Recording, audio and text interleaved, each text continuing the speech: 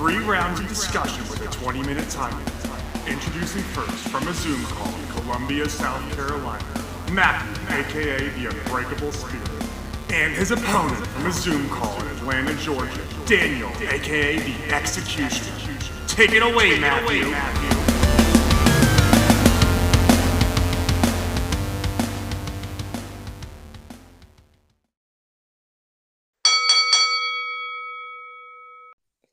Thank you, Jesse, for that wonderful introduction. Hello, everyone. This is episode number 75 5. Holy crap. of At Odds. Of At Odds with the Unbreakable Spirit. And the Execution of Daniel Turner of Oz. Alright, so let's just hop into what the topics are going to be. Wait, didn't you say you wanted to talk But about... first, I think we should explain why Raw was so... Vince, move on. Vince. Yeah. Motherfucking Vince McMahon. Like, apparently, he's in control of creative for the next 2. He has a contract with Endeavor for like 2 years or something. No. Like, to quote Vader from the end of Revenge of the Fallen and Revenge of the Sith. What the Revenge of the Fallen? That's a different movie. Right, Revenge of the Sith. No. Right. No. Let's hop into what the topics are gonna be. Topic 1. Result of stand and deliver. Yeah, it's the prediction battle result special, pretty much. Yeah, duh. Alright, so let's hop into topic 1, which I believe you start off this week. Yep. Ladies and gentlemen, hang on, let me find it. The results of Stand and Deliver are as follows, in no particular order. We're gonna give, you know the drill at this point. All right. Yeah. And by the way, remind everybody, what was the punishment for this? The punishment for this would be the loser has to watch a Disney live-action remake of The Winner's Choice. Yes, the first match that I am going to talk about is, and I'm just gonna do it in, in no particular, in just random order, is Wesley versus Axiom versus Dragon Lee versus JD McDonough versus Ilya Dragunov in the Fatal 5-Way Open Challenge, which wasn't fucking really an open challenge. That was a mouthful. Yeah. My thought on that match is that shit was wild. Good. Yeah, Dragon Lee he impressed me. Yeah, he was impressive, but I'm gonna wait to withhold whether or not I like him or not to see after I see him a little bit more, you know? Yeah. But match was good. I wasn't really sure that Wesley would still be the champion. I mean, like, don't get me wrong. What he did was kind of a brave thing to do, but it's also just kind of dumb. You're the champion. Why would you give yourself? Why would you take 20% chance of retaining? Not only that, but not only do you do that, you take away the championship advantage. Yeah. And the winner was Wesley, giving a point to Matthew. Yep. The next match is as follows, and that was the Creed brothers versus Gallus versus the D'Angelo family in a triple threat tag team match. What was your thoughts on that match? It was okay. Yeah. But Joe Coffey returning was a surprise. yes. Joe Coffey returning and Gallus retained the tag team titles, which gave me a point. Yep. Okay. And the next match was I'm gonna do the kickoff show match because surprisingly there was a match on the kickoff show, Mm-hmm. which was Chase U versus what was Schism Yeah, Chase U and Tyler Bates. versus what I'm saying was because two of the members are gone. Yeah, Which they got basic they asked for their release. the former grizzled young veterans asked for their release and were Well, granted it. Yeah, the disciples, but which begs the question: the fuck is gonna Yeah, happen but with before they were the dyad, they were the grizzled young veterans. right? Okay, which gave Matthew another point. That I didn't even know about because I didn't watch the kickoff show.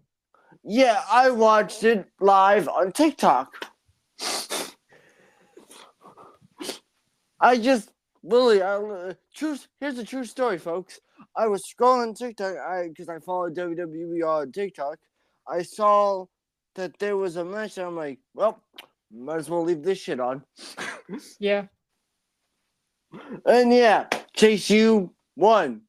Although I think that should give us I think that should just make a rule for us to watch the kickoff show just in case another situation like this happens. I mean, I do that. I do that anyway, but well, sometimes. Yeah. Anyway, but the next match was. What are you doing? Just rearranging my mic. Just keep rolling. Okay. Sorry, you don't really need to do whatever, but the next thing was for the women's tag team titles, which was meh. The match was meh. The champions, unsurprisingly, if I'm going to be honest, lost. Yeah. So, Fallon Henley and Kiana James lost to Alba Fire and Ilsa Dawn. Yeah, or Fire and Dawn. I just put their last names because do you really want me spelling out their full names? No, but Fire and Dawn just honestly does sound like a good name. Yeah, it sounds like a good tag team name, right? Yeah, it really does.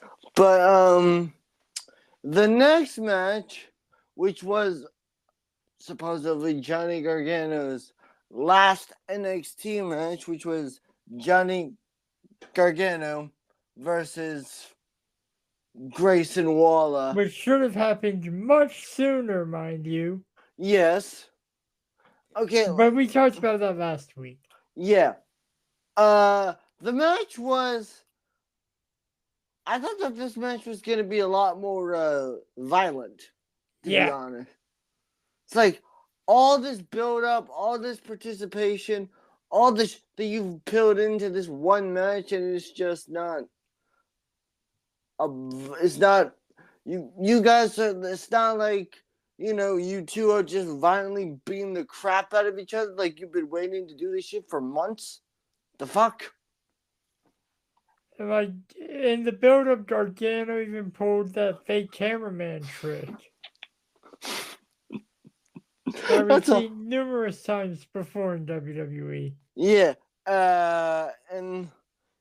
Which by the way, I get the point for the I get the point for Gallus, and Matthew got the point for the well, you got the point for the women's tag. Yeah, and I got the point for the unsanctioned. Yeah, and it all came down. It literally. We got two matches. Two, right? Women's championship. Right, the women's championship. That match was all right. And I lost this one, but I'm not even mad because our Indy Hartwell one was hilarious. Yes. Her in storyline husband just showing the fuck up out of nowhere. And literally, like, putting her on his shoulders and helping her up the ladder. Her reaction when she saw him was like, what the fuck are you doing here, babe? Yeah, but the match was alright, but yeah, and then the dumb thing is that on NXT this past Tuesday, there was like, duh, I'm going to defend my championship against someone who I competed against in a match. Like, bro, you just won this thing in a ladder match. I would not be. And one of the women you beat in that match was ended up being your opponent on NXT. Zoe Stark. Yeah, but yeah, I hope she has a decent reign. Yeah. Anyway, which I won the fall for this one, which the guy said that it all came down to the main event Of the afternoon. Well, yeah, of the afternoon, yes. Of Stand and Deliver. We got Braun Breaker, the champion, versus Carmelo Hayes. That match was alright. It wasn't really like. I'm gonna be honest, I was expecting this shit to be like with this shit being the youngest main event in WrestleMania weekend history, I was expecting a fucking match of the year candidate, honestly. Yeah. But the match, no, it was. I mean, it was a solid. It was a really back and forth match, yes. But yeah, Carmelo Hayes won, and then Carmelo Hayes celebrated this past Tuesday on NXT. And apparently Braun turned heel. Yeah. Why, you didn't see that? No, I was in the shower. Oh yeah, he turned heel. He did the classic, raise your hand, psych. Yeah, raise the winner's hand, change it into a clothesline. Yeah, it's just like, and I am curious, honestly, I know Braun says like he's got that dog in him. Are we talking Pitbull? Are we talking Rottweiler? If he's gonna be more aggressive now, we gotta know what type of dog to get the aggression level. Yeah, is he gonna be a Malinois? Like, is he gonna be one of those dogs where you fuck around? You're not gonna like what you find out? Yeah. Anyways, if you can't tell, the score was 3-4 in favor of my co-host. Woohoo! But I will not be watching a Disney live action movie because I'm cashing in my get out of punishment free card. Yeah, which means now that you've used it, the next time that this possibly comes up as a punishment, who knows when, you cannot use it again unless you win it in Money in the Bank later this year. Yeah. We'll be back with the results and opinions of WrestleMania night number 1. Right after this. And we are back with WrestleMania night number 1, which happened after the same day as Stand and Deliver. See. Alright, so I'm just going to go in order that we predicted. Okay, go. The first one we predicted was the opener of the show. John Cena versus A-Town Down Austin Theory. Honestly, I thought that this match was going to be a really hard-hitting, epic back and forth sort of match. To really set the tone for the WrestleMania but it was a solid match. Yeah. Oh, and I forgot to mention the loser of this match, of this one, has to watch the Scooby-Doo and WWE crossover movie. I checked yesterday. Yeah. They're both on okay. HBO Max. Great. Okay. And surprisingly, because I theorized that whoever won this match would defend their United States title, which would have the loser of the Stand and Deliver main event debut on the main roster. That theory was clearly wrong. Yeah. And theory won. Yeah, which gives me a point. Alright, what's the next match? I'm gonna skip the next two matches and go to Logan Paul versus. Wait, why are you skipping the next two? Because they were the last matches of the night. Oh, okay, yeah, fair enough. Go ahead. Then the next match was Logan Paul versus Seth freaking Rollins. It was another. I'm gonna be honest. Not only was this match was. I'm not surprised at all, but this match was a banger.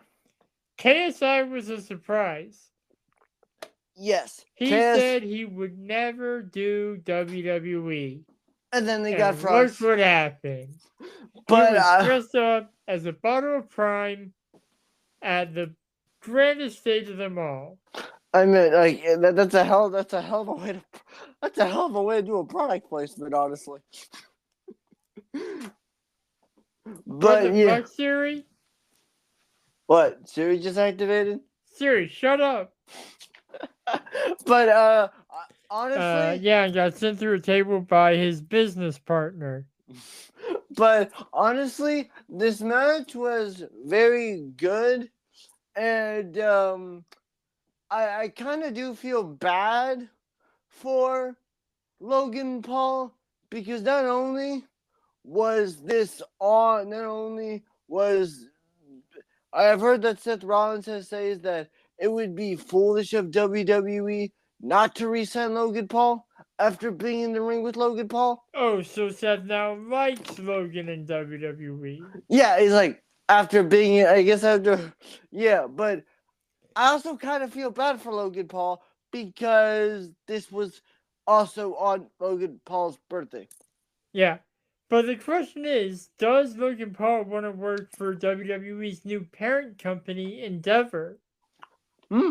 That is a valid question. Because it could get him some matches in the UFC if you think about it. And also, this is just another reason, but if you want to still stay with WWE, they're probably willing to offer you a lot more money. Yeah, and also, isn't Prime like the drink of the UFC? It is. So for business purposes, sign a new contract and get a shit ton of money. Yeah. Anyways, on to the next match. Otherwise, you have to be too stupid to not to do that. But next match. Next match is Becky Lynch, Trish Stratus, and Lita versus Damage Control. Meh. Alright.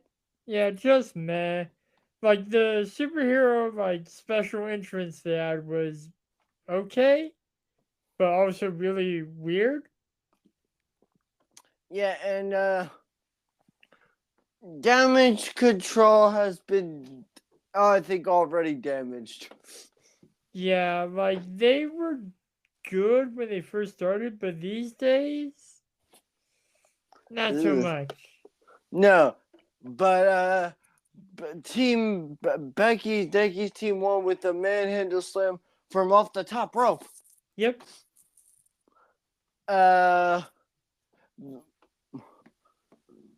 Wait, aren't you forgetting about the Rey Mysterio match? That's next on the list. Okay, next, I guess is Rey Mysterio versus Father Mysterio. Okay, let me ask you this about Dom's WrestleMania entrance. Why would he get out of jail, and go back into jail for his special entrance. Yeah, honestly, that I'm gonna be honest. That whole fucking shit for his all entrance was just kind of dumb. Because I get, Ray doing the homage to Eddie Guerrero, but I thought Dominic would do the just to really get and like just the fact that Dom was wearing a mask inspired by one of his dad's old masks. I mean, like, the match was just okay. All right. But I mean, Ray as a Hall of Famer got to ride with the DOGG. Yeah. I'm not talking about Jesse James. But yeah, the match was good. Bad Bunny kind of interfering and costing Dominic the match. Surprised didn't cause a disqualification, honestly. And Dom would have been disqualified if he used the chain, so. I mean, I'm honestly surprised he didn't. I'm honestly surprised that if one of the Judgment Day was out there, I'm honestly surprised he didn't pass it off to one of them. They hit Ray with it and cheat to win. You saw what happened, and like Bad Bunny, something sort of like that happened on Raw, and Bad Bunny got injured because of it. Yeah, Bad Bunny. Yeah, all right. Yeah, Bad Bunny's probably going to be competing in a match. Probably a Backlash or something. Yeah, anyway, match was all right. What was your thoughts on the Ray versus Dominic match? Honestly, when Dom splashed that drink on Aaliyah, I thought Aaliyah was gonna punch her brother. But yeah, so I am gonna ask this question because it was a good match overall. Yeah, this raises a question. Is this the end of this feud, or is this feud never Hell no. Ray even said that clearly he didn't get done what he wanted to do. Okay, but yeah. What is... Next match is Street Profits versus Viking Raiders. You forgot. Versus Alpha Academy versus Braun Strowman and Ricochet? Yeah. Okay. Okay, I'm going to be dead honest here. For a match that I honestly didn't really give a fuck about, goddamn. Yeah. I mean, like, okay, but seriously, can we just talk about this for a quick second? Is in that match, Chad Gable managed to get Braun Strowman up for that for that German suplex that he does. Like, yeah. Push. Like, I don't give a if it's in charge. Push fucking Chad Gable. Yeah, like, push Alpha Academy, to be honest. Like, I know they're in a story that Vince probably doesn't care about, where they're splitting up. Otis is going to go to Maximum Male Models. Chad is going to go solo. But, yeah. Whatever. Just push them. The match itself, for a match, like I said, was very surprisingly entertaining. But I also didn't really understand what the fuck was Titus Worldwide out there. That shit was random. You mean Titus O'Neil? Yeah. I don't know. He was there to commentate, I guess. Yeah, okay. Why not just get Booker T or something? Like, this was just like, well, okay. No, Anyways, for the rest of the matches, I'm going to go back to the two that skipped. First, the penultimate match of the show, which featured the Royal Rumble winner. Yes. Okay.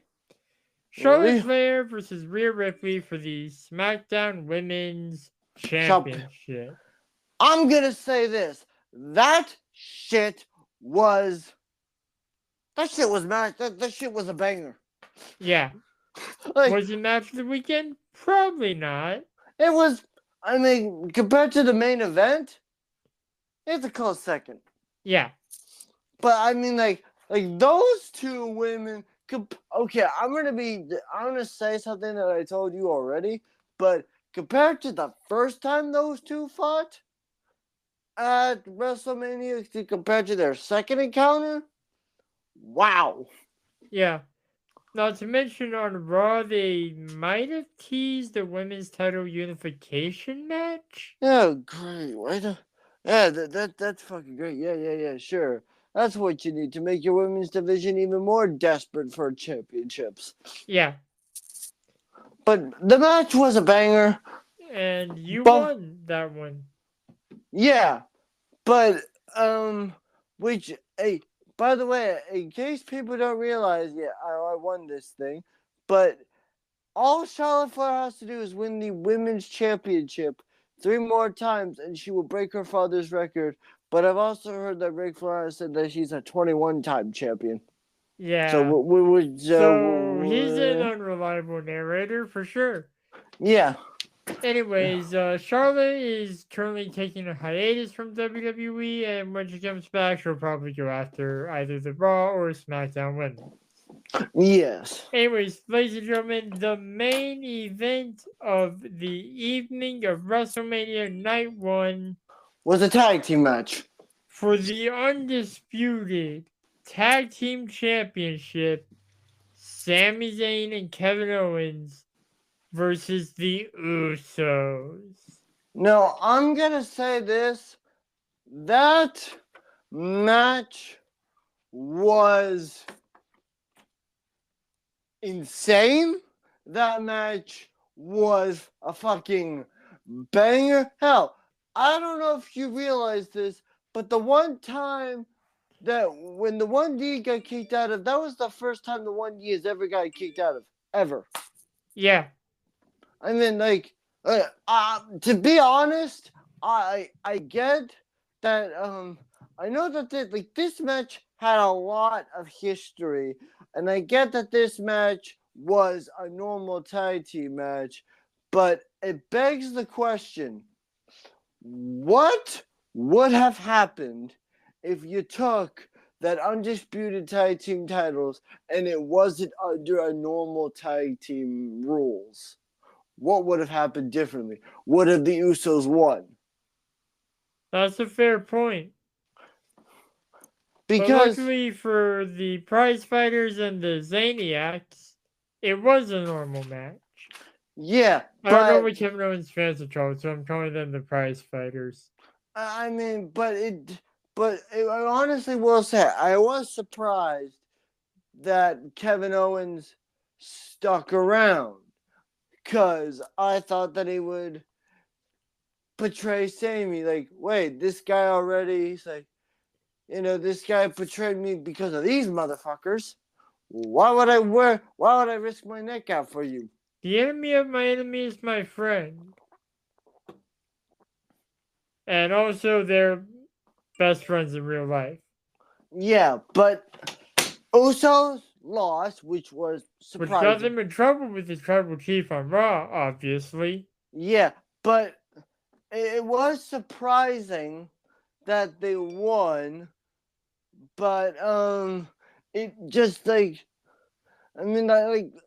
just talk about this. Yeah. For everything that the Usos basically, I hate to be the guy to say this, but the Usos basically carry the entire tag team division on their back. And now that responsibility falls to Sami and Kevin. Yeah, but think Good luck. Yeah, but seriously, think about this. The Usos tag team title reign was 622 days. That's a long time. That is the longest tag team title reign ever. Yeah. And now it's like, okay, Sami's like, all right, yeah, you beat us. Stop that shit. Good luck to Sami and Kevin. And we'll be back with the final topic and the final night of WrestleMania weekend. All right. I got to say the score for this. Yes. Yeah, I can cut this up. Anyways, The final score for night 1 was 5-2 in favor of me. Enjoy the movie. We'll be back with topic 2. Yes. Or the final topic. Topic 3. Wah, wah, wah. We'll be back with the final night of WrestleMania right after this. Hello, everybody, and we are back with the third and final topic: WrestleMania Night 2. Which I'm pretty sure had a shorter card. Yes. Oh, and I just want to address this since I bet people are going to be wondering about it. We are not counting the 2 Miz matches that happened because they were impromptu and random. Yes. Yeah. And also, one of his opponents tore his quad in the match that happened on night 2. Yeah. Pat McAfee returned, which was okay. Well, that shit was a bit of a surprise. Yeah. The bigger surprise was Shane McMahon. Yeah. And he pulled a Vince and tore his quad. I mean, yeah, but at least he didn't tore 2 of his quads joining into the damn ring. You're right. It was more like a Kevin Nash. But anyways. Anyway, in no particular order, and by the way, I am going to save the main event of WrestleMania Night 2 last. Okay. Just so that is out there. The first match was, I'm gonna do this in no particular order. Is Bianca? No, I'm doing Omos versus Brock Lesnar, which opened the show, if I remember correctly. Yeah. I'm going to be honest. I was surprised of how well Omos did against Lashley. Yeah. I mean, he's 7'3". 4. 4? Why is WWE billing him as 7'3" then? Because he's 7'4". But he's being billed as 7'3". I don't know. I mean, does it really matter? Nope. Anyway, moving on. The match was alright. What was your thought on that match? I thought it was alright. Yeah, it wasn't the best of the weekend. But I will say that F5, Brock Lesnar's called the Beast. The power of the Beast is unrivaled. Yeah, and Brock won. Giving me a point again. Yes. The next match was the Raw Women's Championship. Asuka versus Bianca Belair. Yep. And Asuka is obviously the name that we've sort of given to Asuka with her new emergence of her old Kana gimmick. Yeah. Which that match was meh compared to the SmackDown Women's Championship match. Yeah, I feel that. It was just meh. But and I don't know if you are aware of this, Maddie, but this shit might actually need to be said. You remember during the match how they all surrounded that one chick, the one kid, and the one kid that stretched her head or her feet to her head.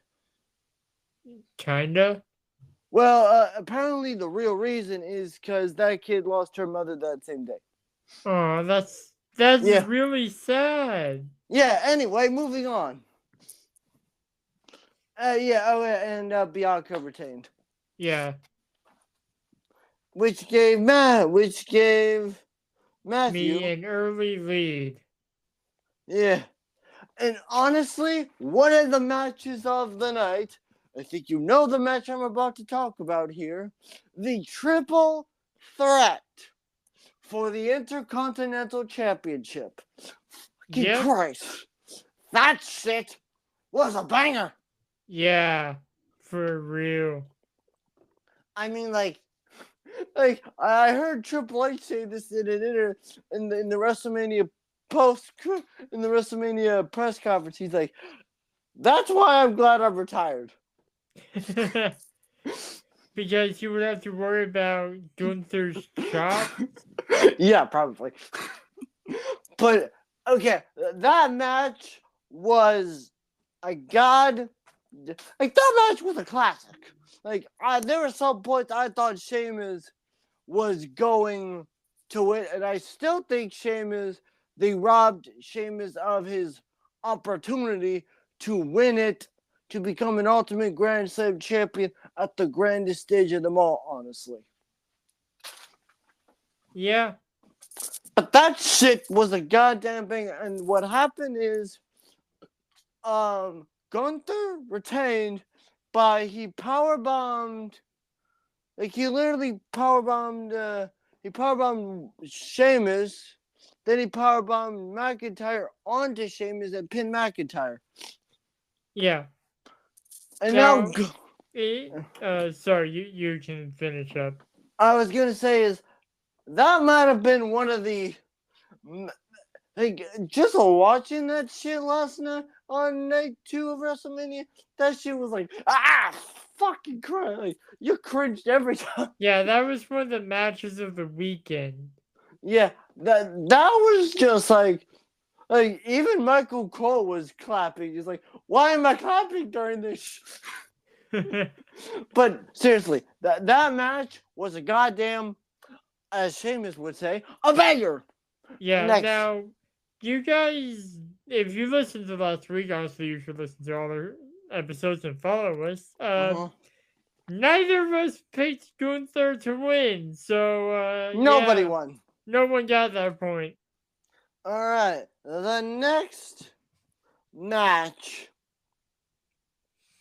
is Edge, versus the Demon, Finn Balor, inside Hell in the Cell. The classic Hell in a Cell. It doesn't matter. It doesn't matter if it's the red one. It doesn't. It's fucking Hell in a Cell. Yeah. And by the way, I want to clarify Michael Cole, because Michael Cole said something that honestly still kind of pisses me off. He said that it was 7 years. Motherfucker, it was 11 years. You would know. You were there. Yes, I was there. I was there. I was there at the fucking end of an era Hell in a Cell match. Even though you had terrible seats and had to watch the show on the overhead monitor. Yeah, I mean, like, I will say, I did see that whole super kick in the into the pedigree. I saw that. Yeah. That match was a banger. The only problem with that match was the random colored weapons. Yeah. What the fuck? I hate to curse a lot. I know I curse, but I don't care. What the fuck is with that bullshit? Yeah, and like red candlestick, honestly, purple candlestick. Yeah, purple chair, purple chair. All we're missing is a blue chair. But sorry, what was your thoughts? I'm just glad that from what I could tell, the tables were not colored. But yeah, and because I know they had to stop the match because Edge literally yeeted a chair at Finn, which busted Finn's head open. Yeah, he apparently had to get some like stitches or something after the match. Yeah, but I saw a picture on Instagram. I think I forgot the number. Yeah, but like, I get that WWE, is worried about their safety, but it's just like when you're in the middle of a match, and the match kind of has no rules, you're kind of not helping the kind of match stipulation. Yeah, also, like, if you're worried about like concussion stuff and stuff like that, why the fuck would you let Edge do a concerto? Not only is that affecting the back of the head, but also the front. Yeah. That's a fair point. But this match was a banger. My only problem with this match is the entrances looked cool, but that shit would have been so much better at night. And also, what the fuck was with Edge's mask during the entrance? Yeah, that shit was. it was another WrestleMania that happened primarily during the daytime. Yeah, but kind of like WrestleMania 31. Yeah, but that match was good. Yeah. All right. The next, which by the way gave Matthew. Yeah. The fall, and then the main event. Oh wait, no, right. Sorry.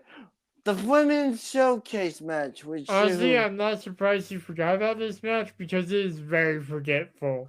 Yeah, hey, okay. Compared, like, this is gonna sound like a really hot take here, but compared to the men's showcase match, which surprised the hell out of me, the women's match was just kind of fucking pointless. Yeah, like literally the only thing I remember that match is Raquel powerbombing Liv onto the other competitors. Oh, and by the way, I heard that Shotzi was supposed to come out in her tank. But yeah. But I'm not gonna lie, guys. This year's WrestleMania is like 1 and 2 reeked of Vince interference. Yeah, and now for the main event of the evening. Cody Rhodes versus the head of the table, the tribal chief. Would he achieve the dream or would it turn into a nightmare? Yeah, the tribal chief Roman Reigns, who, fun fact, was going into this match not only with a 945-day title reign, but was going into the main event of WrestleMania for the third year in a row with the same championship, was defending the same championship at WrestleMania 3 years in a row. This shit is never going to be touched again. Ever. Yeah. Now, let's talk about the match. That shit was a match of the year candidate. It was definitely, in my opinion, the match of the weekend. I agree. Compare that and the SmackDown Women's Championship, I would say, are the two best matches. Funny enough, they both featured the winner of their respective Royal Rumbles. And also the tag team match. Those 3 matches were the best. Yeah. But this, like, Cody Rhodes gave a hell of a performance, and Solo interfered not once, but twice in that match. One time hitting Cody with the chair and just like, just tossing it into the ring. Like, what chair? What are you talking about? And then he came back after he got ejected, and Samoan Spike. I was getting to that. Yeah. First, he hit him with the weight belt, which, okay, should have picked, honestly, Solo should have picked another weapon. If you were smart, I know that shit was probably planned, but if you were smart enough, you would have picked a weapon that the referee would have not been aware of. Or Did something. he steal the weight belt from like -1 or something? That I'm not sure. But like, yeah. Where the hell did he find the weight belt? Probably from -1. But the match was, there were a lot of times throughout this match. Sorry, but I'm going to let you speak here. But there were a lot of times where I thought Cody Rhodes was going to win. What was your thoughts about this match? This match was, like I said earlier, the best of the weekend. There were, it was false finish fest. Yeah. Like, there were so many, like, I even sent this in an audio message to Travis because I heard it from a BDE video. Roman is the master of the 2.9 kick out. Yeah, like seriously, there were some falls where like got hit with the crossroads, kick out. Got hit with the Cody cutter, kick out. Got hit with the pedigree, kick out. Got hit with the fucking haluva. Then the Usos came, interfered in that match because Oh, and by the way, why do people go for springboards against Roman Reigns? I don't know, man. Just like, bro, like I know it's probably in your arsenal, but it's just like Roman Reigns could turn that shit either do with a Superman punch or a spear if he wanted to. Yeah, here's a tip for anyone fighting Roman or Randy Orton. Do not go for a springboard. It will not end well for you. No, but there were a lot of close falls. Roman Reigns really got pushed, like, hey, Roman Reigns was definitely acting the part of, he should have been, acting the part of a total villain. Because that's his whole gimmick. He's a villain. Like, with Cody, like, those spears that Roman Reigns hit in the main event were just, like, damn. Yeah, but the Tribal Chief lock got broken out of. But I would say the closest fall of probably that entire match is when the new tag team champions came out, helped Sammy, helped Cody. Roman, we saw Roman was cornered. Roman Reigns got hit with a stunner and a Tanaluva kick. I, honest to God, thought that was going to be it. But then at 2.99, Roman kicked out. Yeah, and then Cody came back, was going to hit the 3 crossroads. Solo came back, and Samoan spiked Roman. Samoan spiked Cody. Roman Reigns hit a nasty spear at 1, 2, 3, and people are kind of bitching and moaning that Roman Reigns won. Now, hang on. I will say I know this is part of Roman's gimmick, but I just hate the fact that such a good match was ruined by outside interference. Honestly, it kind of made it look like the Tribal Chief couldn't do it on his own. I mean, isn't that his whole gimmick? Isn't that the point of the bloodline? He's supposed to be the breadwinner for the bloodline. And they're making it look like he can't do it on his own. Okay, look, I know we're almost, this is the final thing, but the whole point, a lot of people said, oh, Roman Reigns can't win. It's like, yeah, he's a heel. It's the whole fucking point. You're booing him. You're making his job easy, people. You're booing him. You're just like, okay.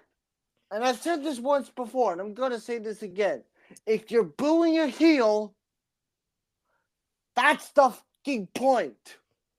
Like, look, Roman Reigns I'm going to be honest, and I should have seen this coming. If Roman Reigns wasn't going to win by himself,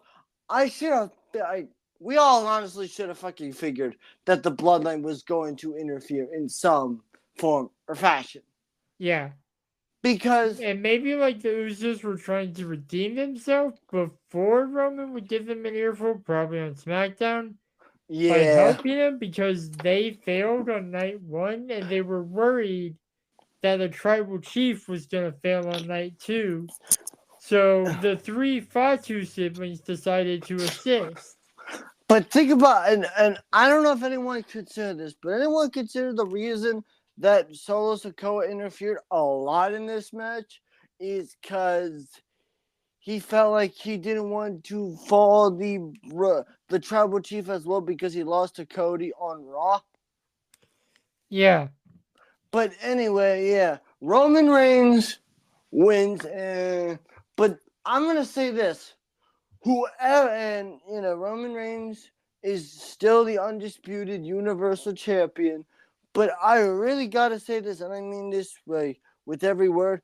Whoever is the next person to follow up this shit, good luck. Yeah. word of advice, if you plan on trying to dethrone the tribal chief, form a faction. Yeah, because you counter the bloodline. Because look, and I know I'm gonna say this one more time. I know a lot of people are like, yo, but Cody Rhodes should have won out. It would have been the biggest pop of the night. Yeah, you're 100% right, folks. It would have been, but it's just what sounds more important, Cody Rhodes winning and filling his fatherhood dream, or Roman Reigns doing something that we're never going to see again in our lifetime? Yeah, ask yourself this, people. What is the you don't go somewhere for the destination. You start going somewhere for the journey. The story of Cody Rhodes trying to become the Undisputed Universal Champion will continue. Because that's what we're here for. Yeah, because I also want to say this. My final thoughts is, well, yes, Cody Rhodes would have been a good champion, but it's just, and I mean this with all honesty.